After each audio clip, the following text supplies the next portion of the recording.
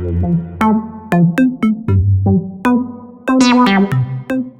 everyone once again to our female entrepreneurs worldwide hashtag Ask Few Anything online mentoring sessions. And for those who have joined with us before or it's your first time, just a reminder, these sessions are to get experts in different fields together with our members and then get direct mentorship. So we want these sessions to be interactive. Remember that you can type in the questions in the chat box or raise your hand, make a movement so you can ask the question directly to our speaker.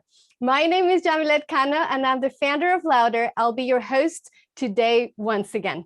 Thank you for being here and connecting. And today's theme, it's a little bit different from what we have had in the past on marketing and growth, but still we're going to be talking about how to build and expand community and create a successful social enterprise in the environmental space with our speaker today, Rolan Sharman. He is the founder of HKOutsider. This is an outdoors community where they do many different outdoor activities, but I'm going to let him talk more about what they do and what is the sense of community that they have.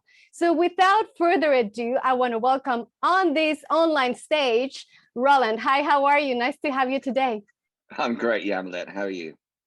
Great. Thank you too. On a Wednesday afternoon for lunchtime, it's great to have new insights and learnings on the perspective of how to run a social enterprise. So to start, why don't you tell us a little bit about your background? I know you've been in Hong Kong for a long time. You have explored the outdoors of Hong Kong for many years. So how did you start with HKOutsider? It's interesting, actually. Everyone knows, well, after a short while, they certainly know that I've been in Hong Kong for 46 years now. And I think a lot of people that come into the community, they deem that, oh, wow, he's been everywhere. He's explored every corner of Hong Kong. But in reality, HKOutsider itself has only been going for I guess, four years now. Mm-hmm. I've been pushing the boundaries in outdoors for myself, my personal goals, maybe for 7 years. Listen, Hong Kong Outsider, you know, I have a finance background. I grew up in Hong Kong. This is my home. I love the environment. I've always loved hiking. But, you know, in finance in Hong Kong, it's very intense, as we all know. And I went through a process, like a lot of people do, in facing personal challenges.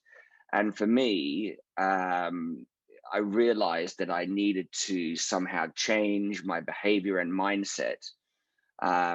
And one of the key things I've always wanted to do in the outdoors, but never could get myself over that boundary, was a very clear fear of heights, serious fear of heights. And as a lot of people know that suffer from this, it only gets worse as you get older. So I thought, okay, I'm in this dark place. I needed to empower myself. So I came to the realization that I needed to push myself into a vulnerable arena in order to accomplish other goals and find a new path for myself. I always like to say, hashtag find your own path. And this was one of the clear things. I needed to change behavior and mindset. I needed to find a new way forward, and challenging myself to scaling walls in a converted squash court in Kowloon with people I didn't know was challenging, but overall empowering and transformational. And that started my process into learning more about what Hong Kong had to offer in extreme sports like canyoning. Rock climbing is kind of popular now. It's well regarded overseas. It has a big community in Hong Kong. Canyoning, not so much. And canyoning involves entering in the canyons in a gorge or ravine where there's a water course and following that water course down. So sometimes it's just down climbing. Sometimes it's abseiling or rappelling for the Americans. Everyone else in the world calls it abseiling. And so you're abseiling over waterfalls and doing big cliff jumps. They could be 2 meters high. They could be 15, 20 meters high, which is a significant feat. So all sorts of challenges that involved vertical environments. You know, it started organically. I started taking friends and showing them what I discovered through people showing me and my own self-exploration. challenging them in these outdoor environments. It gave them the same transformational experience. And really, that's how HKOutsider started. How did you decide to focus your energy? You were saying that you wanted to break bad habits, good or bad habits, in order to create a new path.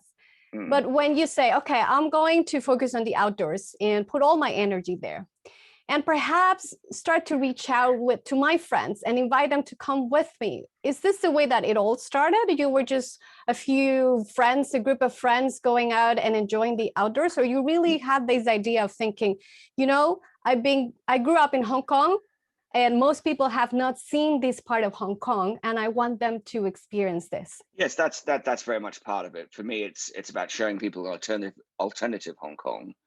The nature here is phenomenal, and everyone knows there's hiking in Hong Kong, but you know, just behind the scenes, off the beaten trail, there's so much more on offer. It did start with taking friends out, friends that also needed maybe perhaps a new direction in life. And I always love taking photos. I'm not a professional photographer in any way, but I love taking photos. I know the basic skills in taking photos. I've always had various cameras over the years, and I've practiced. And I edit as well, using proper editing suites. So you can create some good content. And as a fun thing, I started an Instagram account as an older person, you know, 5 or 6 years ago, when Instagram was all about. I mean, Instagram's been a buzz for a long time, but I remember going into it, but I knew I needed to do something different. Again, this was part of my process. I'm not going to stick a photo up on Facebook. I have my issues with Facebook and what that's all about, even though my account is still live. But Instagram was different. It was just a picture. It's just a little message. It doesn't have to be very commercial. It doesn't have to, you know, show all your sort of opinions about the world. It's just, hey, look at this. This is a great picture of Hong Kong. So I started this Instagram account. And a lot of following came from that, because, oh, wow, this is Hong Kong. Because I wanted to try and showcase Hong Kong in a different perspective, showing the outdoor side of it, showing people engaging in the outdoor and what it had to offer. And the people, I remember 10 years ago, everyone was saying, where are the waterfalls in Hong Kong? Oh my goodness, I've got so many waterfall places now, I don't even know what to do with myself. We love those things. And I think, you know, maybe since COVID in Hong Kong, everyone's exploring Hong Kong a lot more. Obviously, our community's expanded in line with that as well. But people are now discovering that, wow, Hong Kong is the place to be. Certainly from an outdoor perspective. I want to ask you two questions here, because you're talking about the power of social media in building community. Would you say that it's very important when we want to build community, different from creating a product that we want to build a brand based on a product? You have a service. So is social media very important for you to build this community? And would you say so for other entrepreneurs that think, okay, I want to create groups like this one, the Female Entrepreneurs Worldwide, is also a community. And I know they're very, very active on their social media. So would you say that social media has become a very powerful tool for yourself? And then the second thing would be about COVID. You mentioned that COVID has changed a little bit the idea of people about Hong Kong. Has your business grown even more because of this situation? Wow, that's a lot of questions and things to remember, Yamilette. Thank you. Social media first. Social media, I think we all know the answer to that. It's absolutely essential. If you want to listen, we're all salespeople, no matter what background we come from. If you've got a positive message to sell, or even a negative one for that matter, as far as I'm concerned, it's all about affecting positive change for people. You need to share that message. You need to sell that message. And that is a medium that has become standard in today's world in terms of communicating, whether you're selling a product, whether you're selling a mission, you're selling your community, your passion, your goals, your ideals, and your values. You have to be in social media. I don't care to overly opinionize my commentary. I put little comments. I might title it if it looks like something interesting. Every now and again, like my recent post, which actually got quite a lot of likes, actually, with a big helicopter in the foreground. But it was really unique to see this amazing machine coming down to help someone stranded, and I was literally right there. If you want to have a look at it, it's an amazing photo. But the message is, for me, it was clear. You know, the guy was struggling with heat exhaustion. Someone died this Sunday in Hong Kong, unfortunately. You know, heat exhaustion and dehydration is a massive issue, and people take it for granted. People don't know how much they're sweating. They might feel it, but they're not consuming enough, and they're not preparing in advance. So that was a message I wanted to get out to help people look after themselves, because more and more people are taking to the outdoors because of the environment, which we'll touch on in a question, because of this, and maybe they're not so experienced. And unfortunately, this has led to some fatalities and injuries, an increase in fatalities and injuries in Hong Kong. I mean, that helicopter, I found out it's been 1,200 times. Oh, Maybe wow. 60 of those are for fires, but everything else is, you know, emergency related call outs, which is a lot, you know. So would you say that, sorry, Roland, would you say that social media, it's also helping you, it's one of the steps that you need to consider in order to build your community, but to tell people what they need to know. It's just also to educate them, not only to showcase a pretty photo. Well, the other side of that very particular post was, this is, dehydration is a real thing. And the second thing is climate change and the climate crisis is real, people. We need to affect change. So yes, it is all about sending your message of education, because this is what we're all about. If you care for the environment, if you care for yourselves, mental illness, overall well-being, you have to communicate and you have to share that message. Otherwise, and lead by example. If I'm not communicating via social media, I'm not doing my job. Okay. What about then, as I said, has COVID changed the landscape of your business in this past few years, where people really wanted to go out more so than before? Is it a trend, or do you think it's going to continue this way? It's a little bit unique. Firstly, I wouldn't consider ourselves as a business. I like to say it's a community, because money is certainly not my primary goal. But yes, obviously the community has expanded greatly with the restriction on travel, people looking to keep themselves busy. For part of the time we had lockdown, we couldn't do things as well because of the amount of people that are allowed out together. But when things started opening up, we could do some smaller group activities again. Yes, it's certainly increased because of that. But you know, I think over the last couple of years, it was already we were gaining momentum anyway, through people coming into the community. Our community is so broad. We have people from government workers to university students from all over the world, studying in Hong Kong, to socialites, to actors, to you name it, we have it. I mean, it's just amazing getting all these people together. And that's what we're all about. We're all about bringing individuals together. We don't need to bring tribes of people together that are confident with each other. We want to bring individuals together and help them find a different path themselves, help them improve their well-being in an adventure environment.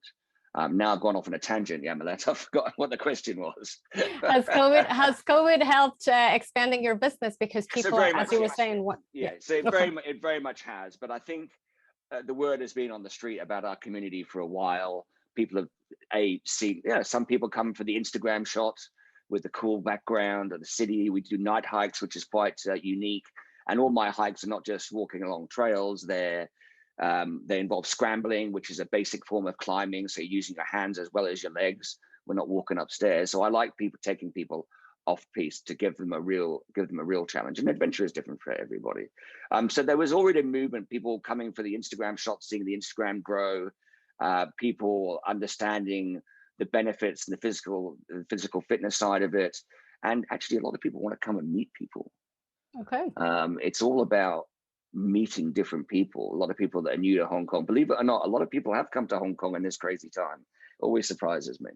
So it was already growing on that side, but yes, COVID gave it certainly an adrenaline shot, in the arm. I guess it sounds like with community, you have to take advantage of the opportunities. You were growing already, you had a certain amount of followers, but with this new situation, you didn't just stay there and wait, okay, when are things going to reopen? You just adapt your business and continue educating people. Yeah, you're always adapting. Yeah. What are a few of the challenges that you have faced in this journey building up your community? Do you have any experiences that you want to share with us? The challenge is always finding someone as passionate as you are who has the same mindset and the same goals to help you on this journey. We have now, I think, about 700 people in the community. Not everyone's active, but you still have to engage.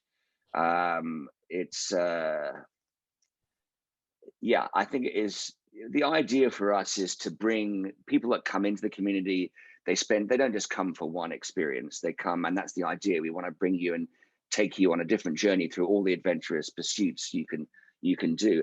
And actually, there's a lot of commonality across them. So if you come out canyoning with us, you're going to have experience for co-steering.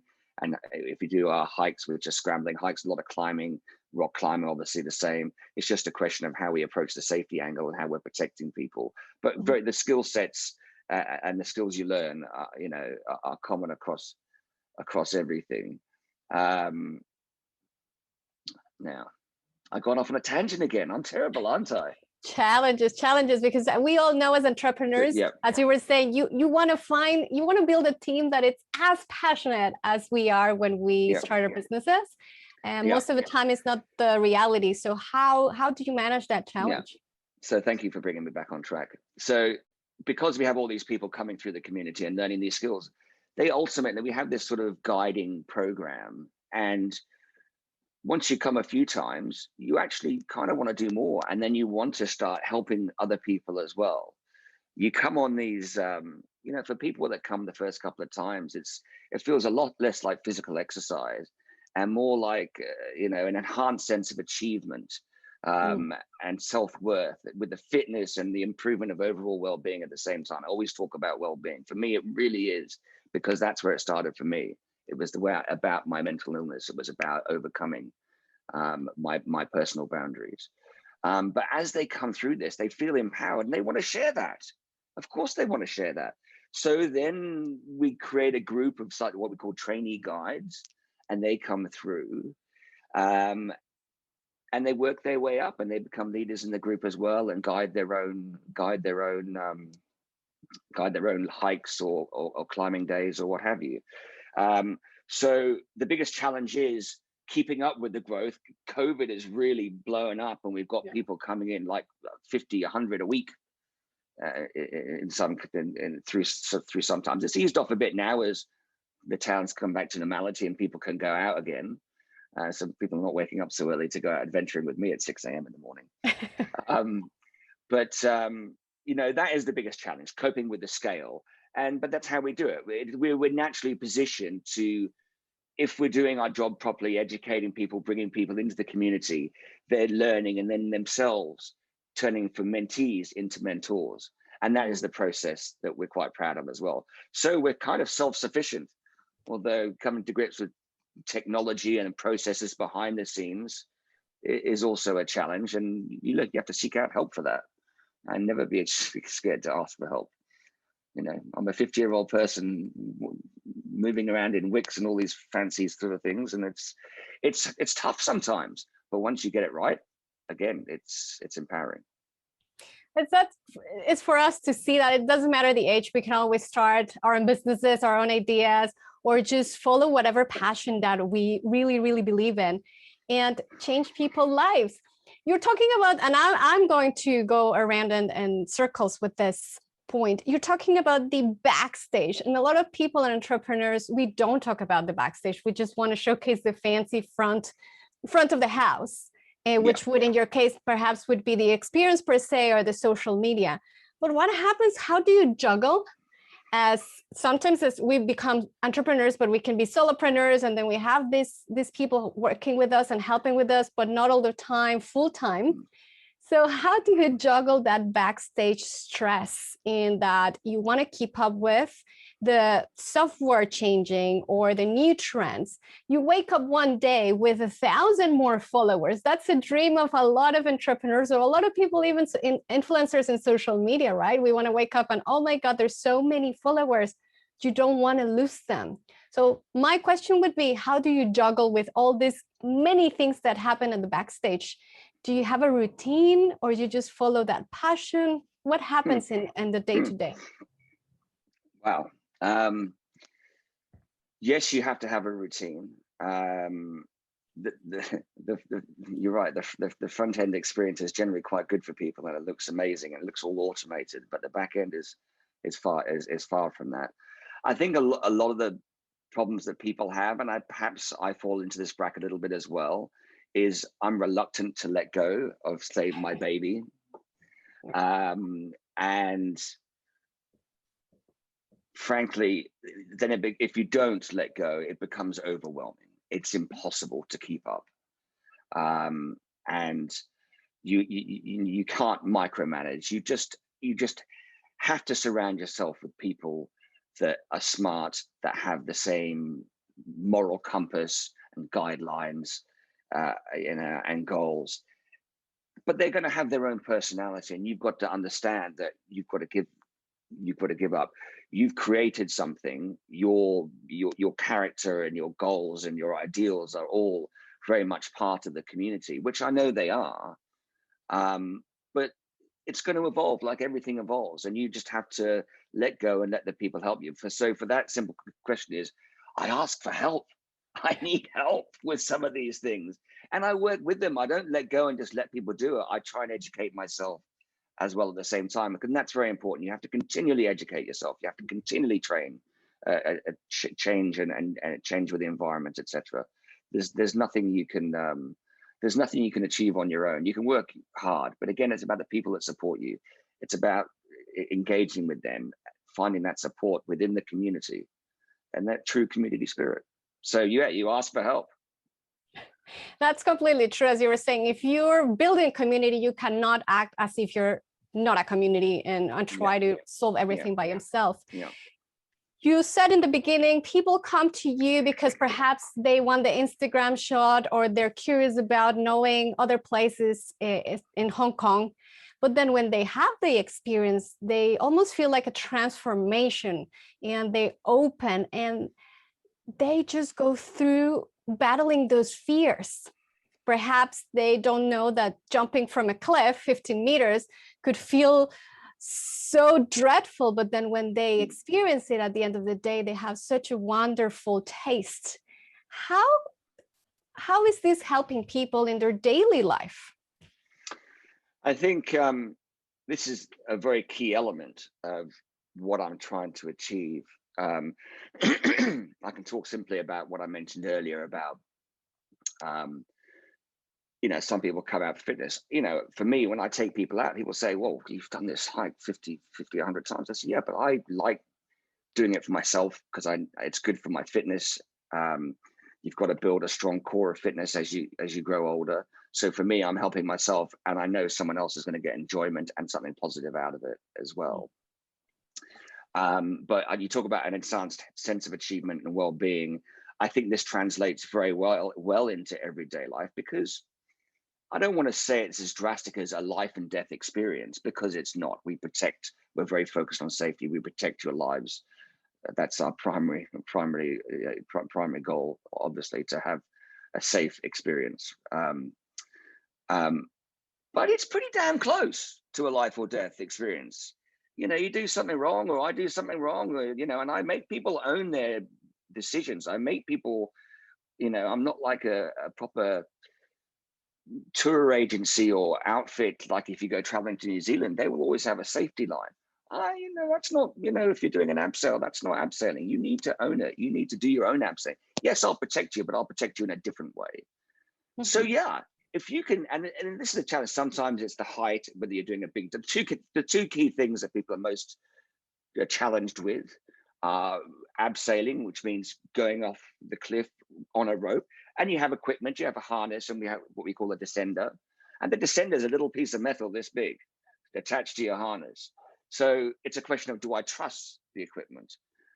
This is a scary environment for me. Or if you're just jumping into a rock pool of water or off a cliff into the ocean, it's that fear of heights. And now, wow, do I trust myself? Can I, what can I do better? But effectively there isn't.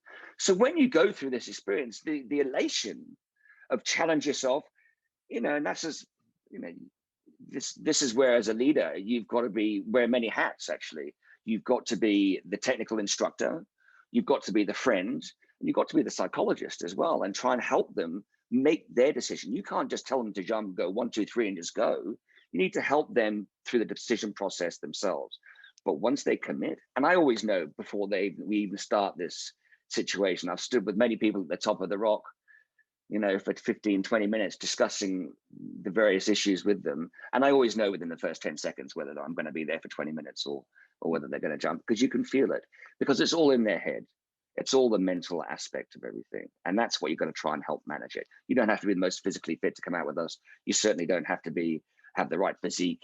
It's all about the mental attitude. You don't have to have the ability that will help you and train you with that. Damn it, I've done it again. Get me back on track, please, Yamilette. How can they use that in their daily life? If I'm a corporate worker, like, how is this going to help me? Yeah. So to go through all this process, the mentoring, the lessons, that, you know, and then do the feat, do the big jump or abseil off it.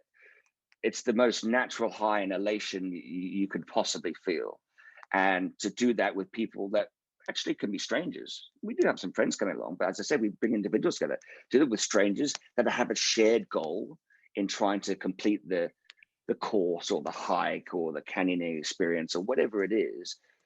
It is totally empowering, and it makes it, I think it belittles, maybe, I don't know what everyone's day-to-day job is, but if you're working in an office and you've got a boss that's a bit of an ass, you know, I think you're going to be less worried about that when you know you've taken complete control of your life, you've owned it, and you've got that sense of accomplishment there. It's incredibly empowering to go through that process. And I think you really become one with yourself. You're living in the moment, you're doing this adrenaline-fueled activity, then you come back to work and it all seems a bit, whatever. That's the feedback I've been getting from people anyway. And I get it. I hate public speaking. Well, I used to anyway. Now I'm out there doing briefings with hundreds of people all the time. I'm not bothered. You know, I know I'm doing good. So that's all we have to be thinking about. And for other people, you know, if they feel empowered because of that, that's great. It feels, that if anyone wants to go into the social enterprise arena, it feels like that community has to be giving and taking at the same time. You are giving these people the empowerment, the trust that they need to build in order to take control of their lives, but they're also giving you those moments where you can develop yourself, you grow as a leader, and you're learning on how to read people, how to react to them depending on the situation. Correct? Yeah, correct. And that takes me to my second question, which would be, how do you choose these leaders? What is your philosophy when it comes to choosing your teammates? Because I don't feel that they only have to be technicals or experts in belaying someone or hiking techniques. They have to be more than that. What's that philosophy that you take? As I said briefly in the last question, we have to wear multiple hats. We have to be the leader, which is the technical instructor, understand the technical aspects of what we're doing and the safety aspects associated with what we're doing. You have to be the friend. Sometimes you have to be the enemy as well to get them going a bit, but that's just bravado and fun, and you can feel that and people understand that. But sometimes people need a little push, and there's nothing wrong with that. I've been called the drill sergeant more than once or twice, I have to say. And then you have to be the psychologist. Or you have to be the supportive friend. You know, for me to find that it's difficult, and then you have to have someone aligned with your passion. It's difficult, but these are the things that I look for when I have people coming through. It's really, for me, it's not necessarily about the technical prowess. If he's the best abseiler or instructor or whatever field he comes from. Our leadership group currently has people from all facets of life. They can't all maybe guide a canyoning activity, because of the canyoning activity, like rock climbing, is very technical, lots of ropes, lots of skills, lots of safety procedures. You know, you need a lot of experience for that, but it doesn't mean they can't be a leader in other aspects, contributing to the community and wherever their skill set lies, whether it be social media, for instance. Some can lead other hikes, but they all have to have the sort of same connection that I do, they want to teach people. They want to be passionate about helping people achieve for themselves, because as they've come through the community. And it's that sense of helping others, which is key more than anything else. You know, for me, this is not about being an adventure company. It's about being a company to help people, bring people together to help themselves and improve well-being. You know, as I said, I could be an adventure rock climbing company and take 50 people out. It just doesn't, that won't do anything for me at all. Have I gone off tangent again? No, I think I'm okay. No, that was perfect. To be an entrepreneur in the social enterprise, again, as I said, industry or arena, you need to have strong soft skills and also be very empathetic. I do have to say, I try to jump. The first time I went out with you guys, you made me jump from this 10-meter or 6-meter. It looked very, very high. And 7 meters, I believe it was. 7 meters. And you knew what to say. I wasn't having it. I was hesitating. And then you just said to me, because I guess my personality of my ballerina background, you said, you don't have to do it. That's okay. And that's the thing that pushed me, not the encouragement or more you can do it. It was more like, that's okay. You don't have to do it. So knowing how to treat people and talking to them. Everyone is different. Absolutely. Everyone is different. And you need to find that. And it's actually quite easy to find. If you're an empathic person, empathetic. How do you pronounce it? I guess it's empath or empathetic. Yeah. Empathetic. Yeah. Okay. You have to be that kind of person. You have to be a giver. You know, it's for me, as I said, you have to be kind. You have to give. You inherently, my whole life, I wanted to help people, or rather, I've wanted to please people because it makes me happy. So I'm always wanting to do things for people, whether they need that particular thing or that particular help, or to tell them how amazing they are or not. But I've always wanted to feel useful, I think is the right thing. So, and there's people that are like that. There's people that want to help people. And we also know there's takers in this world, and there's people that just don't care about anybody except themselves. There's no room for people like that in my community, I can tell you. And this is part of, you know, if it's not, the value is not aligned with me, you're not welcome. And I don't care. Your money is no good. So that's what it's all about. It reminds me of a conversation we had a few months ago with Cara Logan Berlin, and she was talking about fundraising, and because it also has to do with asking about giving and having that balance between the passion that you have and what you want to get out of people and what you want people to get out of the experience.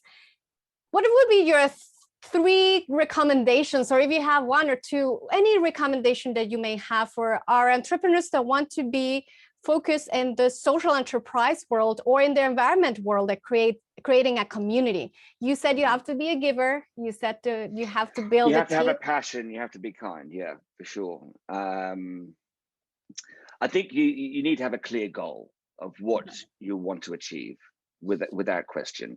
And the goal, you know, it's like, okay, how am I going to come up with an idea for a social enterprise or some sort of entrepreneurial goal? You know, you can't measure it in terms of monetary value or success. Personally, I think you need to try and have a goal that's associated with affecting positive change in the mission that you're working towards. That is key. You have to have the passion with anything as an entrepreneur in any space or whatever. You have to be passionate about it. You don't do it, you know, because it's a hell of a lot of work. I can tell you that. And I've generally been quite a lazy person my entire life. And I shouldn't really be saying this online, but I've kind of coasted through in finance and been very successful. And then I've had challenges personally, which has affected that. But I've been generally kind of a lazy person.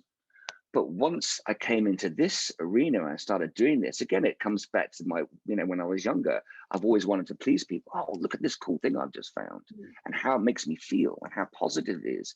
And it's given me the courage to improve my life.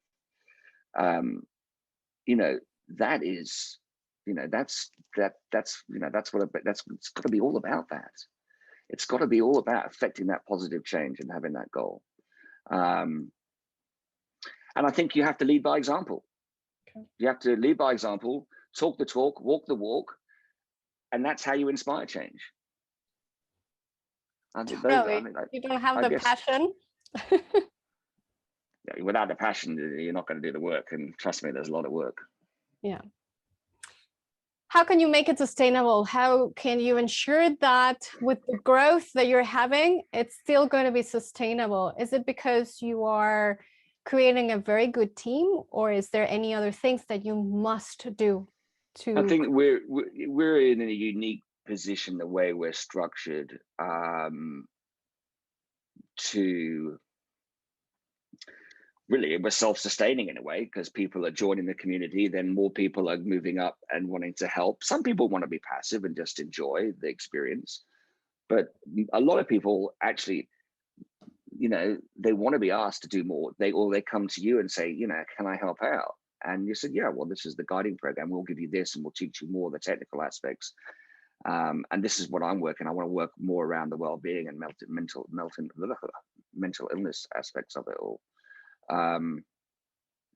But for us, for us, as the community grows, we should have more guides, we should have more passion, we should have more aligned visions within our leadership group, and it works very well for us.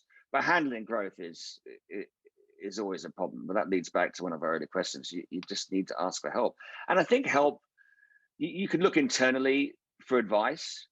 I think that's very empowering for people in your leadership team to feel part of the process. I don't think that's anything new in terms of business strategy or what have you. You want to empower them. You might not listen to them, but you're going to ask them. But it's all about being part of the process and including them in part of the process. And you need to look externally, maybe to a mentor, maybe to someone that you trust, that doesn't have maybe the unique insight into what you're doing, that can give you a different perspective, because you definitely need some kind of 360 view on what you're doing. I'm always asking people what they think, whether it's about, is this too much, or is this too much money, or is this an appropriate activity? Look at the safety standards. You've got to question yourself, you test yourself. We say in canyoning, which is my primary passion in terms of activity, that it is an incredibly dangerous environment where we go in. It's much more dangerous than rock climbing, or depending on the arena, of course. But the environment is generally much more hazardous than anything else. And you know what? I've done it again. Can you remind me where I was? You ask people. I love going off on these tangents. You ask people their advice when you're in these situations in order to sustain your business and your community. Yeah, I'm not quite sure what I was trying to get to when I was talking about the canyoning. But it is a dangerous environment, and no, I can't remember the story. I was going to come up with a little ditty for you, but it's escaped me. That's okay. Perhaps you were, because of the situation of the environment, you've gone to other people that have done it before and see what are the things that you should watch out for. Because you were talking about opening perspective.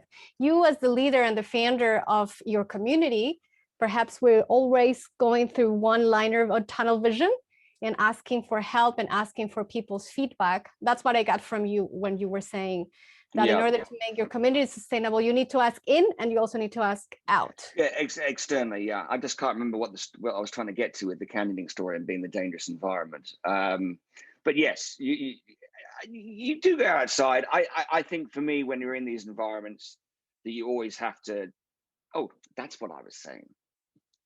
Now I remembered the point of the story. Hazardous environment.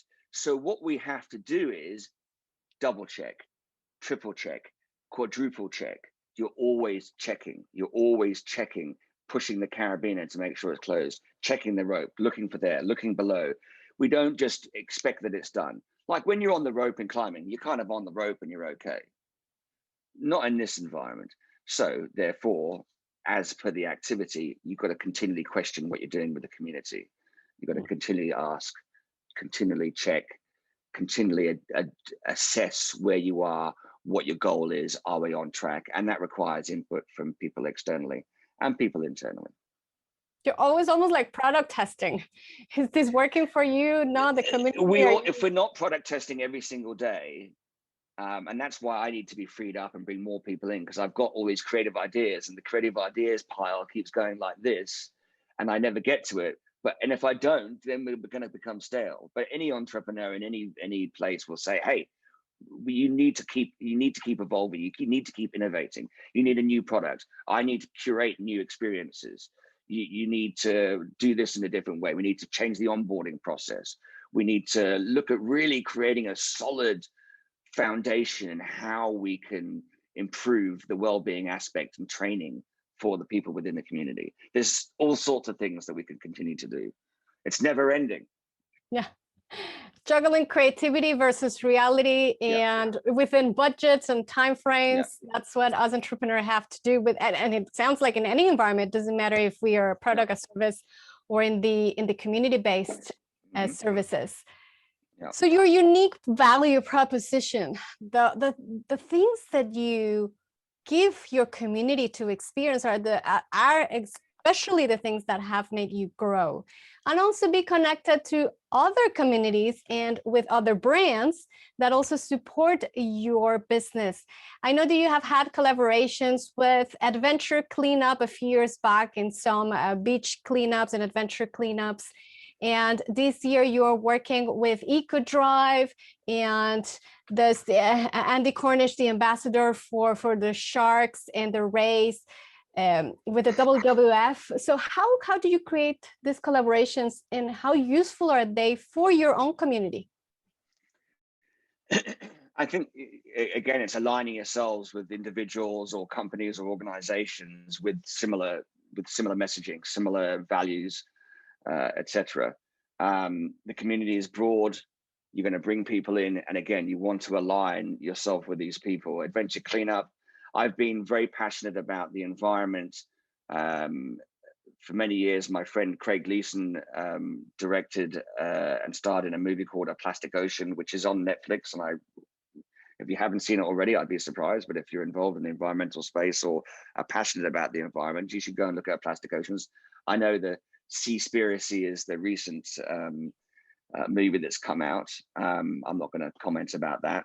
But Plastic Oceans really highlighted to many people at the time the issue of plastic pollution and waste in our environment and its impact on climate change. So this was probably about 10 plus years ago now, and Craig's a very close friend of mine. So from then, I've always been passionate about trying to affect change in that. So meeting Esther and Sol, who are the founders of Adventure Cleanup, and they said, listen, we've got this first, and I actually went out with them and did a cleanup thing, and then they created this competition, and I said, I'd love to be involved. It's adventure, it's adventurous environments, it's cleanup. You know, for me, and I don't think anyone in this space will disagree, that cleanups are not the solution for our world. It's too late at that stage. But we use these because they're quite common and popular as a platform to educate people. So, and actually part of the process with Adventure Cleanup, we had 10 teams of 10. It went on for a month, which was quite a long time, I have to say. But it wasn't just about how many bags of trash we can take out from our site. It's about the techniques employed and how, you know, clever you came up with solutions to your particular location and how to overcome those.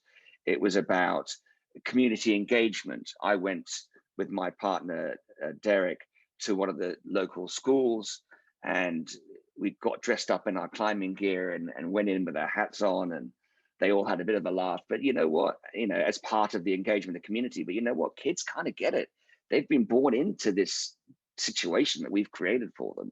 It's adults, you know, people in, I mean, teenagers and early 20s now get it, thanks to Greta and everyone else making positive commitments and trying to affect positive change through education in the world. You know, it's fabulous. But there we go again. I've got off tangent again. Can you bring me back? How are those important, these collaborations with you for growing your own community? So doing all that was very positive part of it. So it wasn't just about doing the cleanup for Adventure Cleanup. It was about the community engagement. It's about, I had to fill in a spreadsheet of information about what we've done. We turned up, we've cleaned about this many bags, we used these techniques, we all turned up with reusable water bladders to drink, you know, and you know, again, walking the eco talk, not just leading by example, not just following. So for me, that was very easy, and they're still going, and I'm always on the side helping them. I haven't participated in any more competitions, but because the community takes up a lot of my time now. But always on the side, ready to help those ladies anytime. I think they're doing a great job. Eco Drive is a new thing. I can't really talk about much of that at the moment. There's a new campaign coming out very soon. But again, all of it works with Andy and everybody else that we collaborate with. It's all a question of aligning ourselves with positive people that share our goals. And it's about education. For the environment, we need government action to ban single-use plastics without question. Technology is improving all the time, but recycling is not the solution. We need to stop buying this stuff. This stuff has to not go into our environment. Needs to not be bought. We all need to change our behavior, change our mindset, in order to reach the goals that we all wish to get to. And in order to that is about education. So we use all these collaborations as a form of educating people, sharing that education through our community and other communities, and that's what it's all about. So I'll do as much as I possibly can for these people, as it's very much a shared message. Building strong community is all about collaborating and with other communities and using those platforms to educate, but also to share the information. As you were saying, it's wonderful that we know that the information is out there, because a lot of people will think, well, you've done this thing, but if I wasn't there, how can I know more? You are cross-sharing information through these collaborations in the community. That it is wonderful. You are working mainly here in Hong Kong and obviously exploring the Hong Kong environment. But if you were to expand globally, or anybody in the same industry that will think, okay, I have my brand here and I want to expand it globally, what would you have to think about if you were to go somewhere else? Is there any things that we need to watch out for? Perhaps the terrain or the branding itself? Is there any tips there? I think we're a little bit unique in this situation as to what we offer and what we're doing as a community. Hong Kong is incredibly unique, as I've been here all most of my life. We have the local geographic topography where we have a city surrounded by mountains. We can get to the border with China in less than an hour, which basically means that all the activities we do, and there's lots and many places to go. So much so that even the ones I know right now, it'll be 5 years before most people in the community get there because there's just too many, and we're growing too fast. So it's great because in Hong Kong, and this is what I like to do, because it's not just about taking a whole weekend to do something outdoors. It's about just taking 3 or 4 hours of your time. So we leave early in the morning. We can drive out or bus out or MTR out. The access is amazing with local transport, and you can be pretty much anywhere within an hour, doing incredible things, and then back again to socialize, to connect with each other again, which is very much what we do as well. And that's about a question of creating new bonds, creating new friendships. And that's empowering too, for a lot of people that find it very hard to come out of their shell. We have a lot of these people, and I've heard reports back even from other people about particular people in the community that they were very shy at first, and then they've come through with the friends in their group and the community and challenged themselves in this outdoor environment, and they have felt much more comfortable, becoming more outgoing. I was a bit quiet at first, but then actually chatting away, I didn't even think anything of it. But for me, that's what we're all about. So we meet up afterwards. We're always engaging. We've had relationships, we've had marriages, we've even had babies of people in the community. So it's not just doing our outdoor, activities. It's doing cleanup commitments together. It's doing social gatherings. We did a snake safari with William Sargent the other week, bringing people together to do unique things.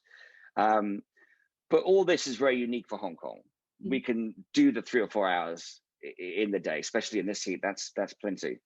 and then come back and have the rest of the day to ourselves, or however we want to share it with other people, or what you want to do.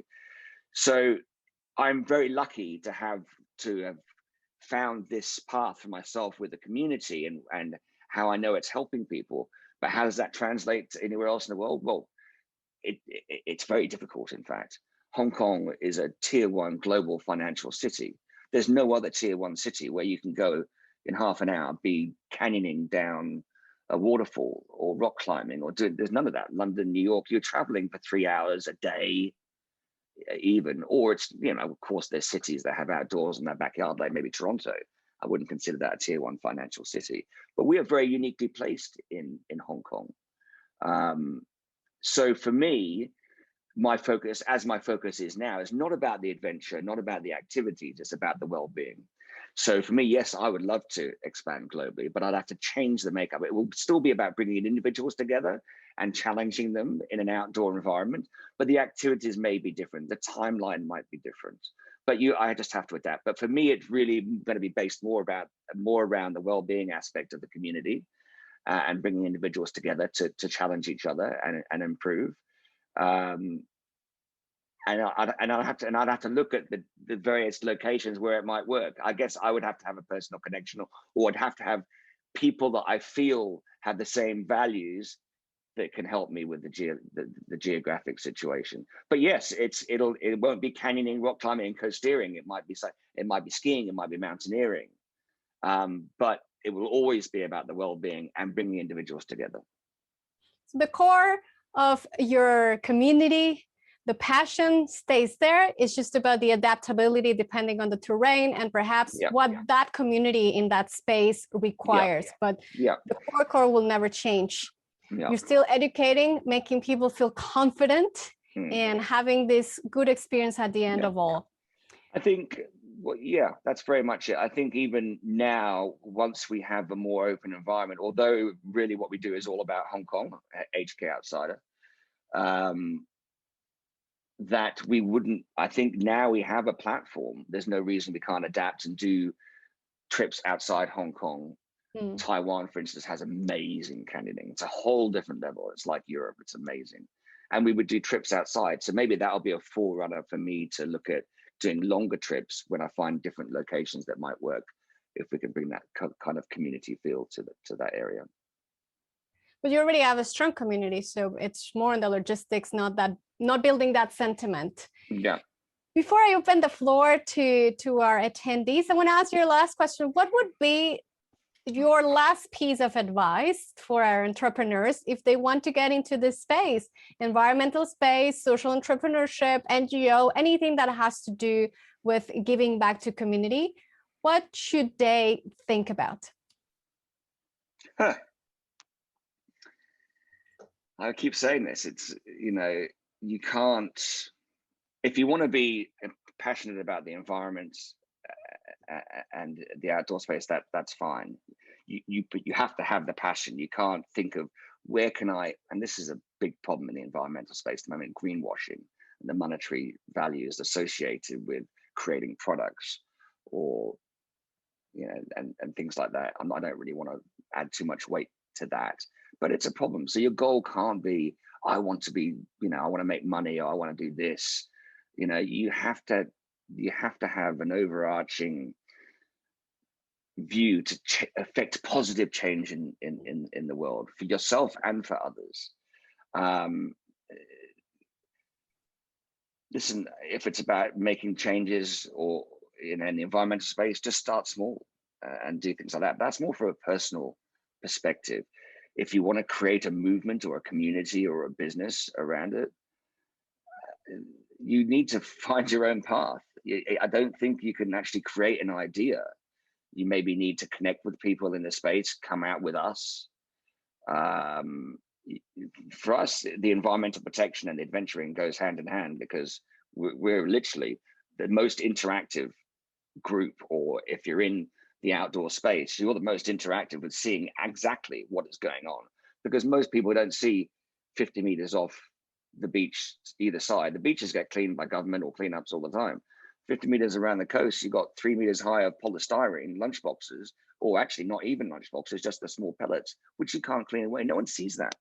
So we have a very unique perspective of what damage is being done by the population in terms of environmental damage. Listen, I'm not quite sure I'm giving you the answer you need, but number one is passion. You don't do it for a monetary goal, or I want to be the best at, or you want to be successful. You do it because it's the right thing to do, and it's aligned with the people that you look up to, and then just get stuck in. I mean, you just have to meet people and experience it. It's not difficult to help an environment. There's cleanups and this, that, and the other. But don't think about the cleanups too much. It's about the education. Maybe educate yourself so you can educate others, and walk the path. Lead by example is another one of my favorite sayings. Connect, be passionate, and educate. One question from our floor, and I know someone there in Thailand may have a little question for you, Roland. Hi, Rachel. Yeah, she raised her hand. I leave it to you. Perfect. I kind of have a two-part question. So I'll ask the first part first. The first part was, how did you find an issue that you wanted to create an impact in? Well, I think I just answered that 25 seconds ago. Well, firstly, when I met my friend Craig, and when he was producing the movie A Plastic Ocean, and I realized how much damage had been done. That was the question, right? What was the question again? How did you find an issue created? Yeah. Well, he made that issue very bloody clear. He was. We've got a big floating garbage patch in the middle of the ocean. This is a serious problem. And then the marine life and stuff. I'm an avid diver as well, so but I haven't dived that. I mean, I used to dive lots in the 80s and 90s, but in recent years, not so much. But it's still an issue, and we're in the ocean all the time here. But that's how it started.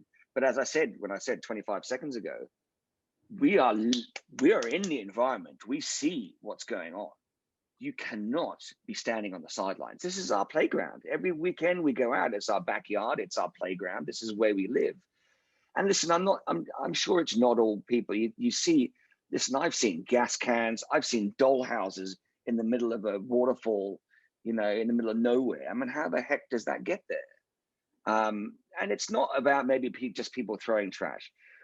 There's other issues, like the bins get knocked over by wild boar, and then the rains come and the monsoons, and it washes it into the waterways, because we're seeing it in the waterways. The ocean is obviously ocean trash. So this is the whole point about education. We have to stop putting it in the system. Stop buying plastic bottled water. Stop buying straws. If someone tries to give you a straw with a bottle of Coke, I love bottles of Coke because they're recyclable and they taste so much better. But everyone keeps trying to give you a straw. God, give me the straw. I don't need the straw. It's that perceived value of a straw. We don't need it. No one needs a straw unless you're having a cocktail and got all your makeup on, ladies. But then you can carry a steel straw for your own benefit. But so the issue started with my friend Craig Leeson, and when he was putting together A Plastic Ocean. And then, ever since I've been involved, and it's just worse and worse and worse, where we see the trash and the makeup of trash when we go on our hikes. Every single time. That's why I say in my little brief, it's the only thing I say, but it's enough. We are very anti-plastic bottles. Please bring a bladder or a usable bottle. And often in the early days, there'd be people huddling. They're way behind in the group, and they're sort of huddling around. I go, what's going on back there, guys? Stacey's bought a plastic bottle. She doesn't want you to see it. And I laugh, and everyone laughs. But you know what? The message was received, and it doesn't matter that she's done it. She understands it's wrong, and that behavior will change, and therefore she will change other people's behavior going forward. Just these little things. That's why I'm always happy to go to the supermarket and juggle loads of stuff. And people say, what are you doing? I said, well, I forgot my reusable bag, and I certainly ain't going to take a plastic one. I don't care if it costs 50 cents or $50. So I'm juggling all the way back. You've got to lead by example. Yeah, for sure. Thank you. That's so true. And the second part is, what has been the most rewarding and empowering thing for you developing this community so far? I don't think it's one thing. I think it's the little stories that come back about that gentleman I was saying who came out of his shell, about people struggling with personal identity, all the little stories about empowerment from being part of the community. I'm not sure I can remember the first one, but because there's so many, and that for me they all add up, and that's what it means to me. This is the whole reason I do it. If one person gets something out of it, then I feel I've done my job. That's fantastic. Well, thank you so much, and I can't wait to get out with you guys at some point. Okay.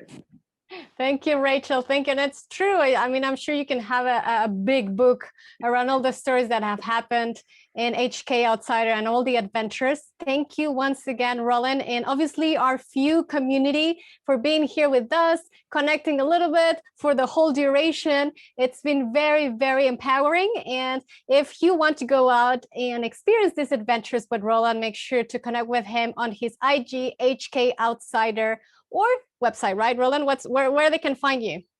HKOutsider.com, HKOutsider, anywhere you like. That's what we are. Adventure at HKOutsider.com is the email. You can find us online.